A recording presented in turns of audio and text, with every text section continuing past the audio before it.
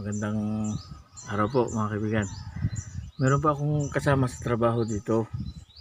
Base kasi sa kwento niya, medyo parang kumurot sa aking puso ang kanyang mga kwento. Gawa ng hindi po siya taga dito sa Coron, Palawan. Dayo rin lang po pala siya. Kagaya ko rin, Bisaya po ako. Siya naman Ilocano. Pero kasi kaya siya napunta rito, kung ano man yung mga kwento niya, yun po ang nagkaroon ako ng parang naisipan ko na i-video siya para mai-upload kasi medyo kumurot sa aking puso ang mga nangyari sa kanyang buhay. Bilang tao, normal yon dahil sa tao lang tayo dumaan lang tayo dito sa mundo, so may kanya-kanya tayong mga kapalaran. So kaya ako nasabing normal yon kasi ika nga may mga bagay talaga na hindi natin kayang kontrolin. Narito po siya, ang kaibigan ko, kasama sa trabaho. Kilala ko lang siya sa pangalang Buddy kasi bago pa lang po kami magkasama. Bud, ano talaga ang tunay mong pangalan? Danilo po. Brad. Danilo. Danilo Balinsuna. Ha? Balinsuna po. Balinsuna. Taga saan ka talaga? Lugar mo? Taga ano po ako? Abra. Abra. Bangged Abra po.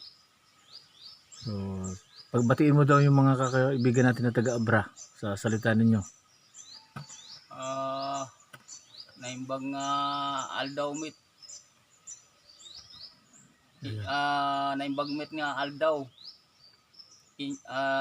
Inyoidtan. So, gaano ka nakatagal dito? Sa ano? Sa Coron? Mga kuha na po, Brad. Nasa mga 25 years na po siguro.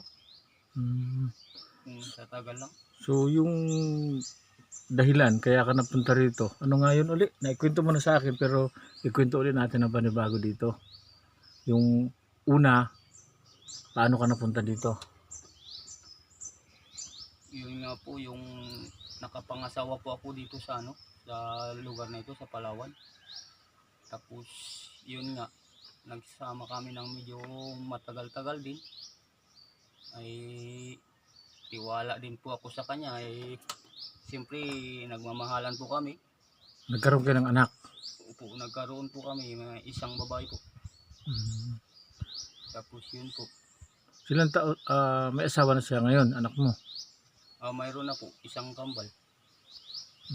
May anak na kambal? Wala, mga kuhaan pa lang po, mga 5 taon pa lang. Okay. Yung mga po. So isa na ang apo mo, mayroon ka ng apo na isa? Opo. Okay. So yung napangasawa mo, kaya ka napunta rito, yun yung na pinakilala sa iyo ng kaibigan mo doon sa Manila. Opo. Na sinamahan mo naman dito. Opo. Tapos nung nangyari na nagkahiwalay kayo, ano nga uli yung dahilan ba't nagkahiwalay kayo ng asawa mo? Yun pong nagkaroon po siya ng ng katikmit ba? Sakit. Tapos wala man akong pagkakala ko kasi ay ako po nagtatrabaho po ako sa construction. Ay siya nagtatrabaho sa sa bakery. Iwala din po rin ako na akala ko trabaho lang ang kanyang ginagawa. Yun pala malaman ko may kinakalukuhan na rin palang kanyang ginagawa. Kasal kayo nung asawa mo? Opo, kasal po kami. Yun yung nagkasal sa inyo, mayor ba? Mayor, sa mayor po. Tapos yun. So ibig sabihin nagkahiwalay talaga kayo? Hiwalay talaga po nangyari. Nagsama sila nung lalaki? Opo. Ni hindi mo man lang sila kinasuhan? Wala po, hindi na po ako naghabol. Hindi ka na rin Hinayaan ko na lang po. So dumating talaga rin sa punto na dito dahil mag-isa ka na lang, yun nga, dumating yung, siyempre sa construction, nagli-labor ka lang, no? Opo, labor lang. Ay hindi mo So paano. pagka halimbawang wala kang trabaho na sa construction, nagtatanim ka naman. Nagtatanim po kung minsan ng mga gulay ganyan. Mm, Pero dumating din sa punto talaga na halos wala ka na rin makain, di ba? Sabi mo nga. opo. Tapos yun na, iiyak ka na sa sitwasyon mo. Oo, naalala ko kung sa aming lugar kung minsan.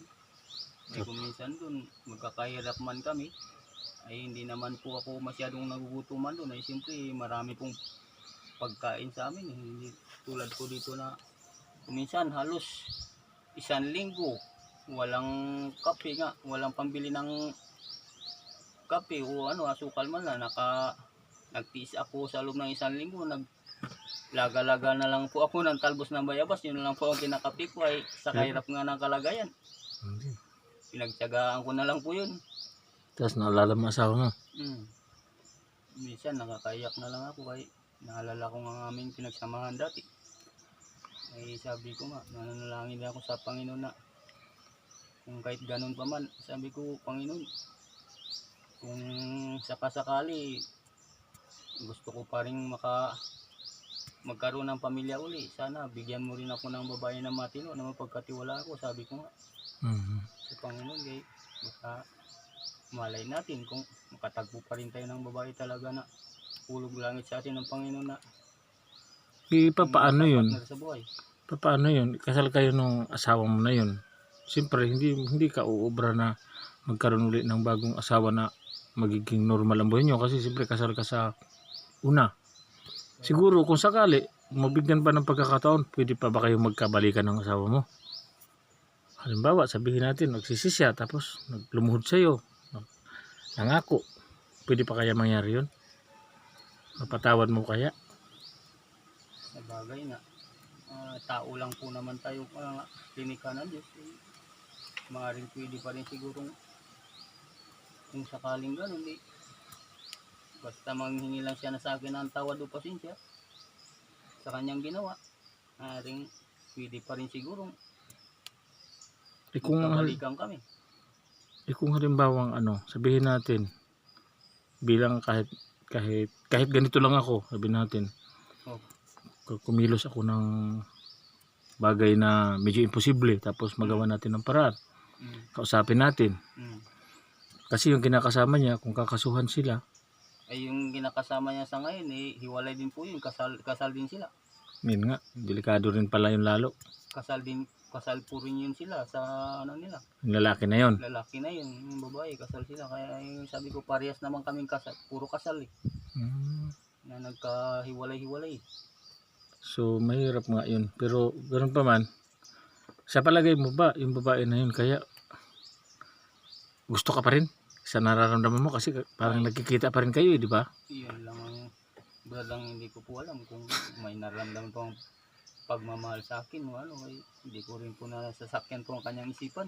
Sabagay, medyo nga Pero yun nga, pag halimbawang, kasi kumbaga mangyari nito kasi para bang magkakaroon lang ng kaunting takutan na ako sana gusto ko, sabihin mo, ako gusto ko maging buo ulit ang pamilya natin. Kaya nga. Ngayon kung gusto mong magbago pa, bibigyan kita ng pagkakataon. Kaya nga. Ngayon kung ayaw mo na, hindi ko ipipilit ang sarili ko.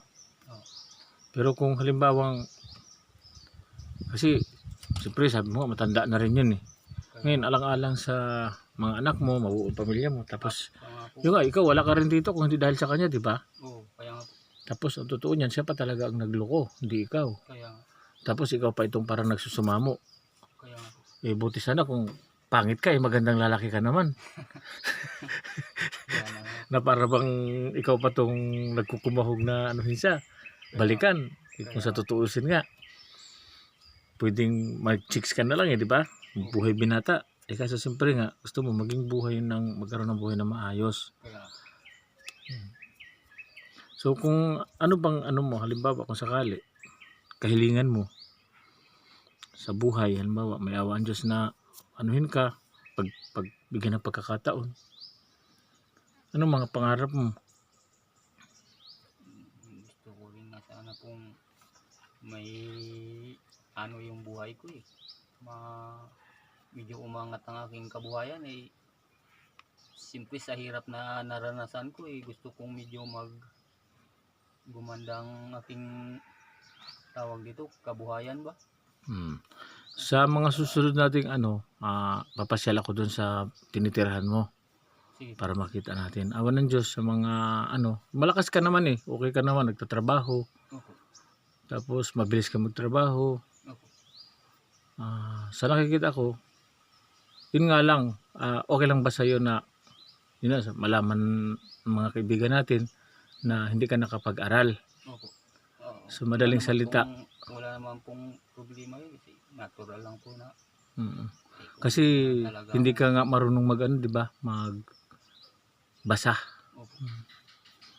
Marami naman tayong mga kababayan na ganyan, mga kaibigan, na ganyan din ang kalagayan sa'yo. Pero gaya mo rin, masipag, malakas. Tapos marunong makibaka sa buhay.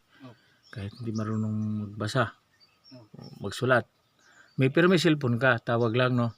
Tawag po. Tapos nakakapanood ka ng mga YouTube. Hindi naman po tayo marunong po mag-text. Talagang tawag lang po talaga. Sige. Tapos minsan nag-ano ka rin, di ba? Nag-ano ka ng mga buhangin kung mayroong magpapaipon ng buhangin sa ilog. Doon ka malapit nakatira, di ba?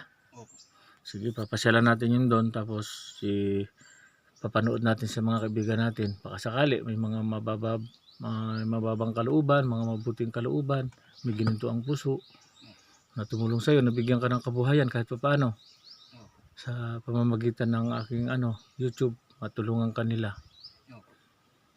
Sige po, hanggang dito po muna, tapos i-upload namin to sana sa inyong mga kaibigan namin dyan. Baka sakali lang, tapos pakisubscribe na rin po sana ako sa YouTube ko. Ako wala po kasi maitulong sa kaibigan ko, kundi hingi rin po ng tulong sa inyo. Ano mang maibigan ninyong itulong, makakarating po yun sa kanya. Nandiyon naman po yung Diyos na babalik sa kabutihang loob ninyo. Sige, maraming salamat. Hanggang dito muna. Thank you po.